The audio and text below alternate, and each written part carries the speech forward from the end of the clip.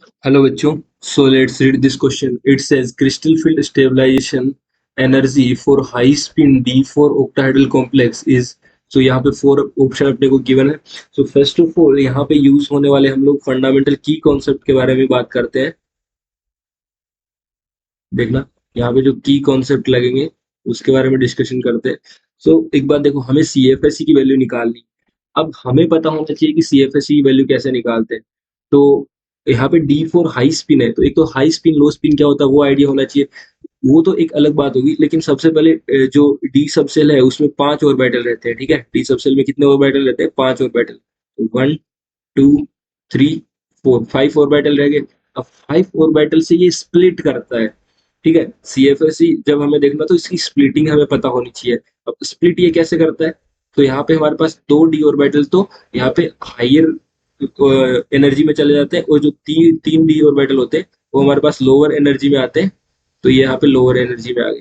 तो जो lower energy में आते हैं उनको हम लोग बोलते हैं T2G. तो ये हमारे पास है T2G ऑर्बिटल. ठीक है, और ये ऊपर वाला जो है ये हमारे पास है EC ऑर्बिटल. ठीक है, तो ये एक बात हो गई. उसके बाद में हमें पता होना चाहिए हाई स्पिन लो स्पिन. सबसे पहला ये हमारे पास फंडामेंटल कॉन्सेप्ट हो गया. सो डी ऑर्बिटल की स्प्लिटिंग हमने देख ली.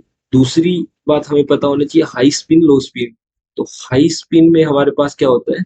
यहाँ पे कोई भी पेयरिंग नहीं होती है. तो हाई स्पिन जो कॉम्प्लेक्स होता है उनमें no pairing due to ligand. तो लिगेंड की वजह से यहाँ पे कोई भी पेयरिंग नहीं होती है. तो नो पेयरिंग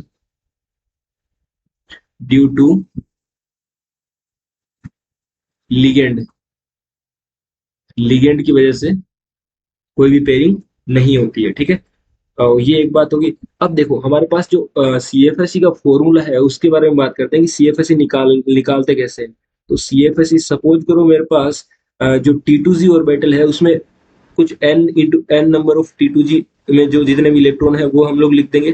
तो n नंबर ऑफ T2G में इलेक्ट्रॉन है इनटू उसकी एनर्जी. अब एनर्जी के बारे में देखो कैसे लिखते हैं हम लोग. यहाँ पे ये हम लोग इसको बेरी बेरी सेंटर बोलते हैं. अब बेरी सेंटर से T2G की जो एनर्जी है वो -2/5 डेलो नीचे रहती है. ठीक है, और जो डेलो रहता है उनका गैप रहता है वो बताऊंगा अभी. सो ये हम लोग -2/5 से नीचे जाती है, -2/5 डेलो. ठीक है, और इससे जो अप रहती है वो ये वाली एनर्जी इसकी इन दो ऑर्बिटल की वो रहती है प्लस का 3/5 डेलो से ऊपर जाते हैं.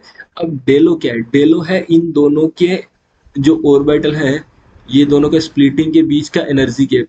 इसको बोलते हैं हम लोग डेलो. ठीक है, ये हो गया डेलो. ये एक बात ध्यान रखनी है. सो T2G में कितने इलेक्ट्रॉन है? इनटू -2/5 मल्टीप्लाई बाई -2/5 डेलो. एक बात हो गई. प्लस प्लस इजी में कितने इलेक्ट्रॉन है? तो सपोज करो n नंबर ऑफ इलेक्ट्रॉन है हमारे पास इजी में, मल्टीप्लाई बाई उसकी एनर्जी कितनी है एक इलेक्ट्रॉन की, तो एक की है 3/5 डेलो. 3/5 डेलो, ये हो गया. प्लस हम लोग पेयरिंग एनर्जी भी लिखते हैं यहाँ पे. पेयरिंग तो हमें नहीं पता, सपोज करो m नंबर ऑफ पेयरिंग हुई है तो m इंटू पी लिख देते हैं. लेकिन यहाँ पे तो हाई स्पिन में कभी भी हम लोग पेयरिंग एनर्जी इंक्लूड नहीं करते हैं. ठीक है, तो ये हमारे पास फंडामेंटल की कॉन्सेप्ट होगा. अब हमें इलेक्ट्रॉन भर के और इसकी CFSE की वैल्यू निकालती है. तो नेक्स्ट पेज पे चलते हैं. देखो यहाँ पे हम लोग क्या करें, ये डी ऑर्बिटल था 5. ठीक है, तो डी में हमने 1 2 3 4 और ये 5 हो गए. 1 2 3 4 5. अब यहाँ से हमारे पास एक तो हाइयर एनर्जी में गया, एक लोअर में गया. ठीक है, अब हाइयर में जो गया वहां पे हमारे पास पता है कि 2 ऑर्बिटल गए, 2 गए. इसके बाद लोअर में हमारे पास क्या रहते हैं? 3 रहा. तो हम लोग 3 कर देते हैं, 1 2 और 3.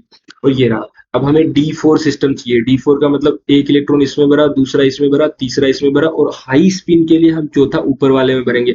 अगर लो स्पिन होता तो चौथा यहीं पे आता. तो पेयरिंग तो कोई हुई नहीं. तो हम लोगों ने CFSE का फॉर्मूला क्या लिखा था? देखो CFSE का हमने फॉर्मूला लिखा था कि T2G में कितने इलेक्ट्रॉन है? जो T2G में 3 इलेक्ट्रॉन है. अब एक इलेक्ट्रॉन की एनर्जी कितनी होती है? -2/5. तो -2/5 डेलो से मल्टीप्लाई कर देंगे. ठीक है, प्लस इजी में कितने इलेक्ट्रॉन है? तो इजी में एक इलेक्ट्रॉन है, इसको मल्टीप्लाई कर देंगे किससे? इसको मल्टीप्लाई कर देंगे 3/5 डेलो से. इसको मल्टीप्लाई कर देंगे 3/5 डेलो से. और पेयरिंग एनर्जी तो है नहीं कोई, तो 0 p लग जाएगा. ठीक है, अब देखो इसको सोल्व करते हैं. तो -6/5 प्लस 3/5 डेलो. तो माइनस का 3/5 डेलो हमारे पास बच जाएगा। माइनस 3/5 डेलो का मतलब क्या है कि माइनस का 0.6 डेलो। ठीक है, तो ये हमारे पास सीएफएससी की वैल्यू आ गई। सीएफएससी की वैल्यू कितनी आई, माइनस का 0.6 डेलो। सो अभी ऑप्शन पे चलते। सो माइनस का 0.6 डेलो, that is option A will be the correct answer of this question.